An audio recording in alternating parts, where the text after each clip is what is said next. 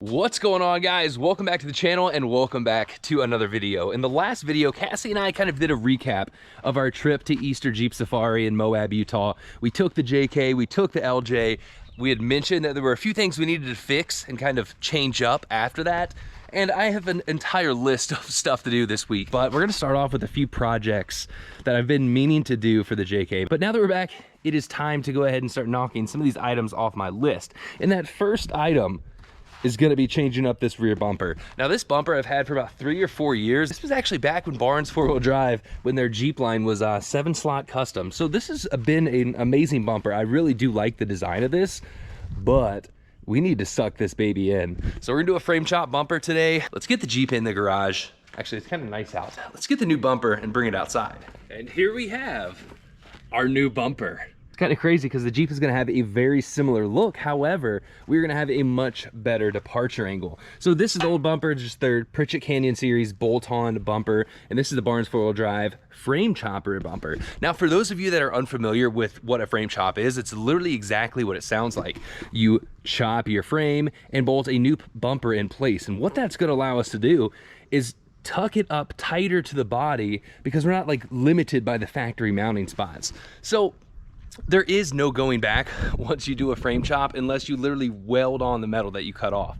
In most cases, it's not a big deal. I've been running the front frame chop for quite a while now. And if I do want to switch it up, I would just go back to a different brand frame chop or just go back and weld on my front, the little bumpers I cut off. But honestly, I can't see a need for going back. The reason I never did a frame chop rear bumper was because I had planned to use the JK for towing, and it's very important to keep the factory hitch in case we want to tow something like a trailer, whether it's a utility trailer, blah blah blah, doesn't really matter. These frame chops, while they do have a little integrated hitch right here, it's not for towing. That is for like a basket, a cargo rack. We definitely don't want to tow anything with it. So I think now that we have the JT, this is going to be used for any kind of towing that we're going to do. So I am perfectly fine with ditching our factory tow bar and making this thing a lot more off-road friendly. Let's go ahead and get this old bumper off, get this new one mocked up to see how much of the frame we're gonna chop off. And then we're also gonna have to figure out something for our anti-rock because the mounting spot is right there with those 2 bolts. So we got a lot of work to do. Let's rip this old one off.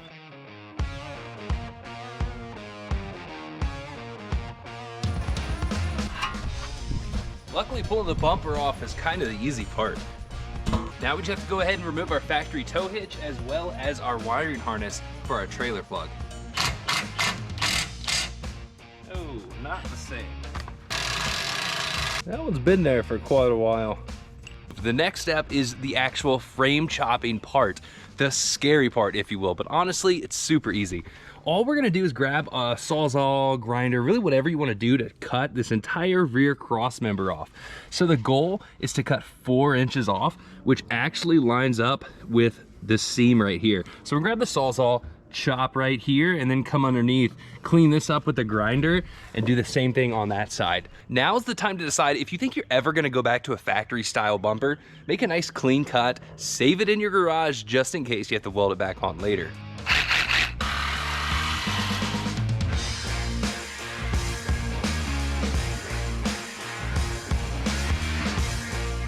I actually had to run to the store already and the day's almost gone. The old DeWalt over here decided that it did not want to work anymore. So, I mean, I've had that for about 6 years now and it's done its job.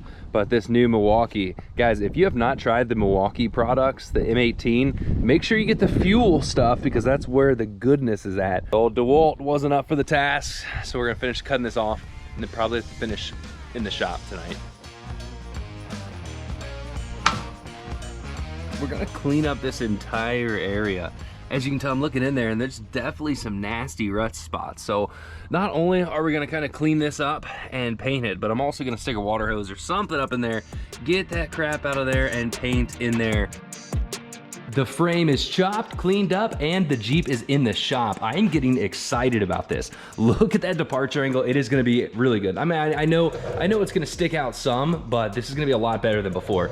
Now, at this point, it's time to go ahead and get the bumper installed, or at least the brackets for that matter. So I personally like leaving these bare, especially on like frame chops and stuff where we might have to take it on and off. I like to leave it bare until everything's good to go, then we'll finally paint it or get it powder coated. In my case, I'm just gonna spray paint it.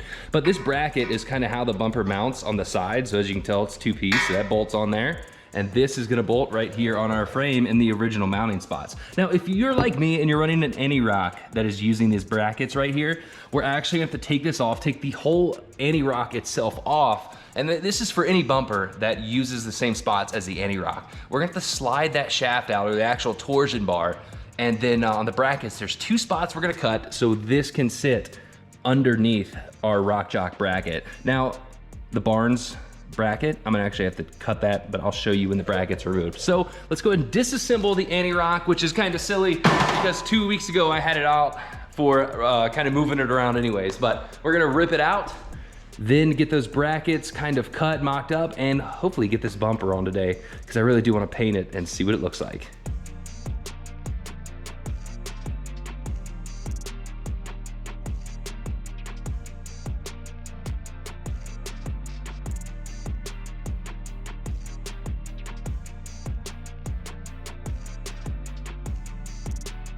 All right, we got one down, one more to go. So I wanna walk you guys through how to modify your anti-rock sway bar tab or this bracket if you have to add a bumper bracket underneath it. There's a lot of people I've seen mess this up, and even if you go and look at the instructions for this, Curry or Rockjock, they highlight this unwelded section of the bracket and tell you to cut it off so you can fit your bumper under there. So most people, when they see that in the instructions, they go ahead and cut this entire unwelded side off. And that just opened up like almost a ½ inch gap where the bracket and this bushing aren't pressing on the anti-rock arms. So what we need to do, instead of cutting this whole side, is just mark how thick our bumper is, the bumper bracket.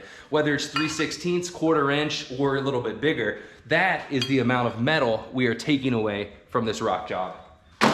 The bracket. Yeah.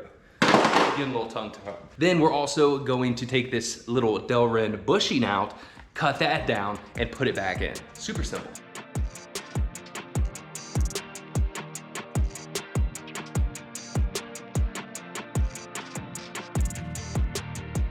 Let's go ahead and see how these brackets work. So, like we mentioned, our bumper bracket's gonna sit on the frame, and the Rockjock bracket's gonna sit over that, just like this. Let's go ahead and put these bolts in here, and try to sneak this over our torsion bar, and line everything up. So I was able to get both the Rockjock anti-rock bracket and the Barnes rear bumper bracket to play nice together. All we have to do now is put the anti-rock arms back on the torsion bar, bolt all this back up, and it's time to test fit the bumper. So the bumper is just gonna slide right onto those brackets, and then it does bolt up to the bottom of the frame. But first, let's get this anti-rock all put back together, start bolting this bumper up, and take a look at it.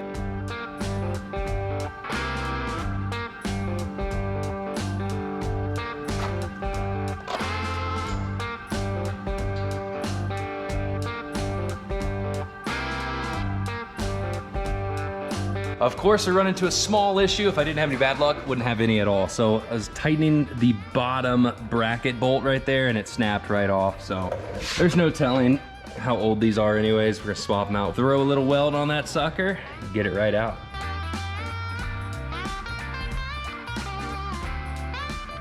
Guys, do you ever do an upgrade and look at it and say, why did I not do this sooner? This turned out amazing. So the Jeep still looks very similar, the same design, but look how freaking tight this bumper is to the body. So it still sticks out enough to where if we back up, we'll hit the bumper instead of like the tailgate or the side of the Jeep. But for rock crawling and off-roading, this is like the most clearance you can get without doing something completely custom. So that's very, very nice. We are not done yet though. So we know that it, it mounts with the 2 bolts on the side, and Barnes gives us flag nuts. There's a flag nut that goes up in this side for those 2 bolts and for this side. However, there's no holes there. So we're gonna have to punch these, drill those holes out, remove the bumper to paint it, and then we're also gonna snake this in at the very end. But we are not done with this bumper yet. So the plan is to paint it, run it, of course, see how it is for now. But I think what I'm gonna do is run some exhaust tips through the rear bumper here. So most of you guys know I did the turn downs right before the axle, but it still gives me like a little bit of droning in the cab on highway speeds. So I think running it all the way out past the rear axle is definitely the way to go. It's gonna make the Hemi just sound so much better, especially on the highway, like on the road to Easter Jeep Safari. We were driving 15 hours, this thing was quite loud. So what I'm gonna do is route it over the axle and come out these two holes. Either, let's see, there's a body mount there. So yeah, it's probably gonna be these two holes, or split it, cut this out a little bit bigger and have an exhaust pipe coming through almost flush. I don't have enough time for that today, so it's gonna be for another video. But let's go ahead, drill those holes, rip this bumper off, and figure out what color we're gonna paint it. I don't know, steel it gray would look kinda good. Clear coating, that would be a really, really cool option. I think we'll go with black. Black's always safe.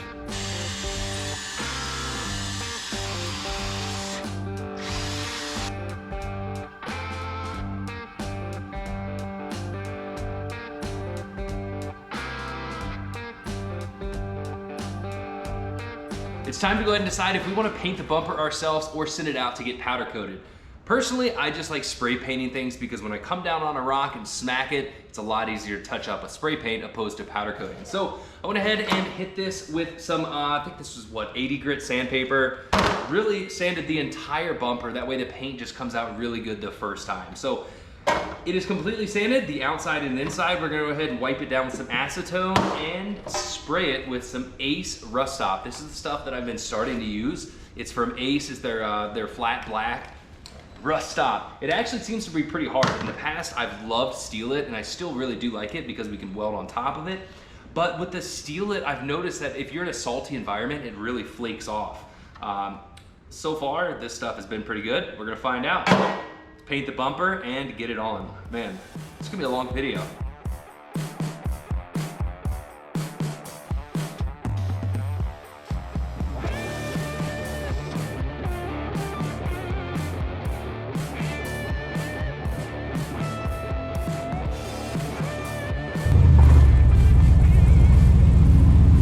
And just like that, the rear bumper is done, and this thing turned out amazing. It looks really good. So the design is similar, but like I've said for the 80th time, our departure angle is so much better with this frame chop bumper. So if you guys are on the fence on deciding if you want to do a frame chop, definitely look at the pros and cons. We get a much better departure angle, the Jeep looks better, and we get a lot more off-road clearance. One of the cons is that, hey, there's no going back. In cases like this with the rear bumper, we can't really tow with it anymore. So look at the pros and cons and decide if it's for you. There's a lot of companies that make all different types of designs of frame chops, but if you are interested in the Barnes 4-wheel drive stuff, remember, they offer a 10% off discount code for you guys. All of that info is gonna be in the video description below. But what is next for the Jeep? I've kind of been looking at this and planning this for a while, and it solidified my decision with this frame chop. We're gonna do like a 2-inch stretch on the channel. So I'm gonna show you guys, whether it's a 2-door or a 4-door JK, how to do like a 2-inch stretch in the rear. You know, you could be using short arms, long arms, blah, blah, blah. It doesn't really matter. There's a few key things to move around to make a stretch really easy, and I'm gonna show you guys. There's nothing crazy to it, and I think a lot of people will benefit from a small stretch in the rear, just like me. So that is coming up soon. I am actually gonna have to end this video now. We are gonna test this off-road because my old bumper had a ton of rock rash and, you know, rock dings on the bottom of it. So you could tell that the departure angle was definitely hurting me. I wanna get out and wheel this in some rocks and see if we even touch this. I don't think we will. I think we're just gonna glide right over it. But that is gonna be it for this video, guys. Thanks for watching. Please give it a thumbs up, subscribe to the channel, and I will see you guys next week where we start tackling some more projects, go off-roading. I'm about to go down to Crossbar. We're planning an event for UTV Impact. It's gonna be fun. Sadly, it's not a Jeep thing. Not gonna be on the channel, but we have work to do. I will see you guys next week. Thanks for watching.